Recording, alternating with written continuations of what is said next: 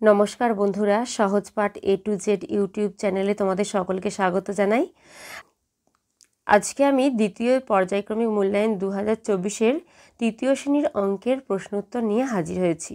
চলো তাহলে দেখে নিই 2024-এ কী দ্বিতীয় পর্যায়ক্রমিক মূল্যায়নে কী প্রশ্ন এসেছিল। দেখো, একে আছে সঠিক উত্তরটি নির্বাচন করো। কয়ে আছে 5 জোড়া কলা, 11 না 10 না 12টি। যেহেতু আমরা জানি দুটোই এক জোড়া, তাই 5 দুগুণে 10, অতএব 10টি কলা। ক্ষয়ে দেখো 2 টাকা সমান 200 পয়সা না 300 পয়সা না 100 পয়সা। যেহেতু আমরা জানি 1 টাকা সমান 100 পয়সা, তাহলে 2 টাকা সমান 200 পয়সা হবে, তাই 200 পয়সার মাথায় রাইট দিয়েছি।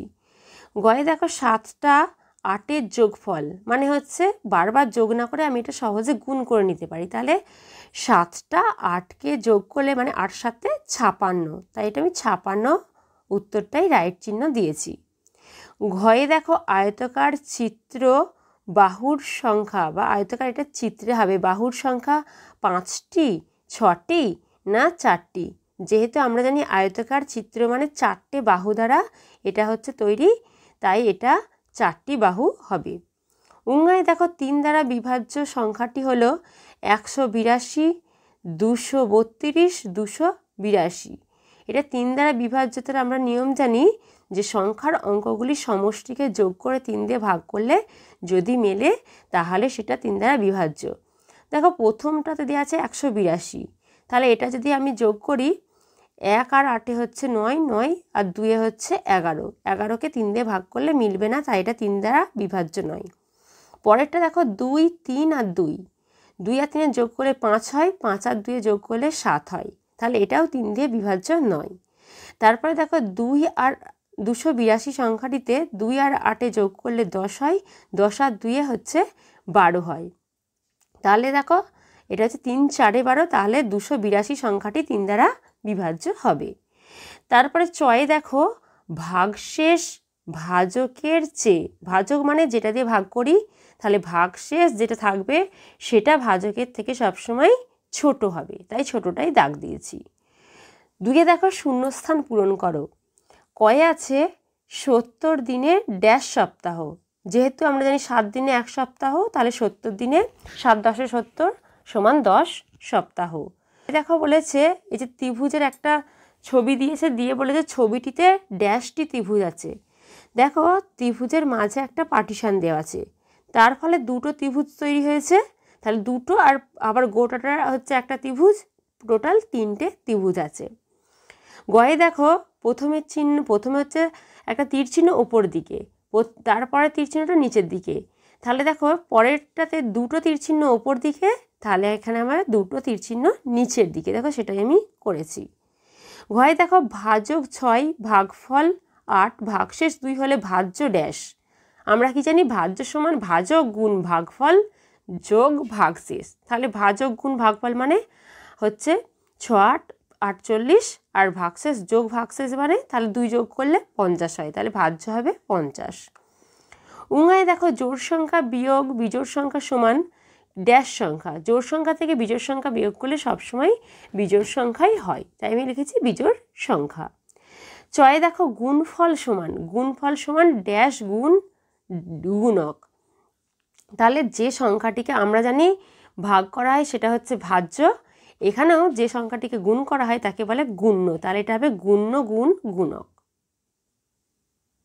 এর পরের পৃষ্ঠায় 3-এ আছে দেখো গুণ করো। 312 গুণ 8, 312কে 8 দিয়ে গুণ করলে 8 দুগুণে 16 6, হাতে 1, 8 1 8 1 9 আর হচ্ছে 8 3 24, অর্থাৎ 2496 বা 2496 উত্তর হবে গুণ করলে। 4-এ দেখো ভাগফল ও ভাগশেষ নির্ণয় করো। এটাকে হচ্ছে 145কে 3 দিয়ে ভাগ করতে বলেছে, তাহলে 3 4 12, 2 হলো আর 5 নামলো, তাহলে 3 8 24, 1 থাকলো, তাহলে এখানে লিখতে হবে যে ভাগফল হচ্ছে 48 এবং ভাগশেষ 1। তারপরে 5-এ দেখো রানা বাজারে গিয়ে 20 টাকার আটা, 30 টাকা 50 পয়সার চাল ও 14 টাকার কলা কিনেছে। রানা মোট কত টাকার জিনিস কিনেছে? আমি লিখেছি আটা কিনেছে 20 টাকা 00 পয়সা, যেহেতু শুধু 20 টাকার আটা কিনেছে, চাল কিনেছে 30 টাকা 50 পয়সা লিখেছি। আর এটা আমার একটু ভুল হয়েছে, এটা দেখো 14 টাকার কলা কিনেছে, আমি লিখে ফেলেছি এখানে 12 টাকার কলা কিনেছে, তাই এটা হবে, এটা 14 টাকার কলা কিনেছে, তাহলে এটা 14 হবে 12 না লিখে। তাহলে এটা যোগ করলে হবে হচ্ছে 50, আর এটা 14 হলে এখানে 4 হবে, 2 না হয়ে 4 হবে, আর হচ্ছে 3 4 5 থেকে 6, তাই 64 টাকা 50 পয়সা হবে। এটা একটু ভুল হয়েছে, কারণ 14 জায়গায় আমি এটা 12 লিখে ফেলেছিলাম। তাহলে রানা মোট 64 টাকা 50 পয়সা বা হচ্ছে 64.5 টাকার জিনিস কিনেছে, বা 64 টাকা 50 পয়সার জিনিস কিনেছে। 6 দেখো, দিদিমণি ক্লাসে 386টি খাতা নিয়ে এলেন, প্রত্যেককে 8টি করে খাতা দেবেন, কতজনকে খাতা দিতে পারবেন ও কতগুলি খাতা দিদিমণির কাছে পড়ে থাকবে? 386কে 8 দিয়ে ভাগ করব, 8 4 32, 6 নামলো, আবার দেখো এখান থেকে একটা 6 নামলো, তাহলে 8 8 64, এখান থেকে বিয়োগ করে 2 হয়। তাহলে এখানে উত্তর লিখতে হবে, যেহেতু লেখা অঙ্ক আমি এগুলো লিখিনি, কিন্তু তোমরা এগুলো উত্তর লিখবে যে 48 জনকে খাতা দিতে পারবেন ও 2টি খাতা দিদিমণির কাছে পড়ে থাকবে। তাহলে এই ছিল আমাদের দ্বিতীয় পর্যায়ক্রমিক মূল্যায়নের তৃতীয় শ্রেণীর গণিতের প্রশ্ন উত্তর। আজকের ভিডিও তাহলে এই পর্যন্তই থাক, আবার পরের দিন নতুন কোনো ভিডিও নিয়ে তোমাদের কাছে হাজির হব। আমাদের চ্যানেলটিকে ভালো লেগে থাকলে অবশ্যই লাইক, কমেন্ট ও শেয়ার করতে ভুলো না।